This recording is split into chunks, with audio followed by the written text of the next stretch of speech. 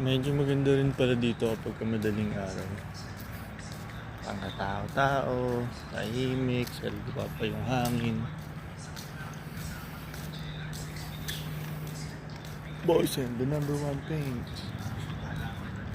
Dito, pwede tumambay dito.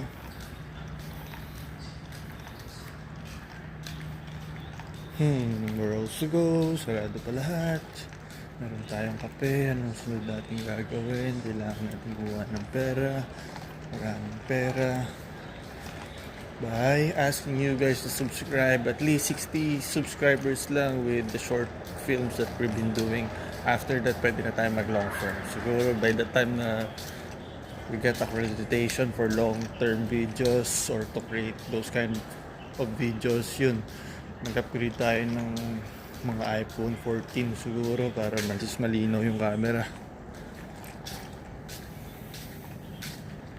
Ganda rin ito sa Nonos.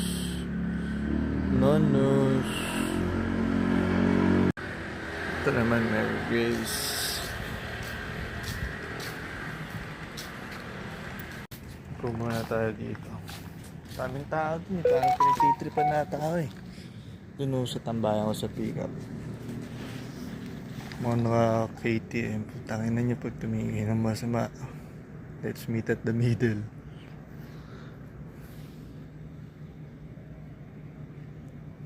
Dito lang kami nakatambay rin dati ng mga kasama ko para magabot ng flyers. Dito mismo sa spot na to. Kasi nasa upper right na yan, landers. So maganda yung view.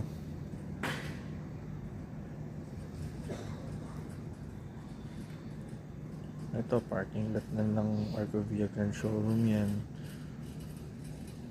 Mga nakakadaan dito papasok, mga magpapark dito during weekends.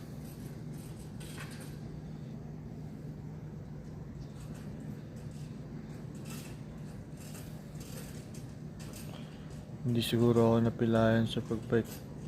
Baka ang lakas ko na ngayon nagka-triathlon na. Pero pwede pa naman magano siguro. Swimming. Hanggang tambay lang muna ngayon. Wala eh. Nakatayo may uway. Wala natin isip paano kumita ng pera, hanap buhay.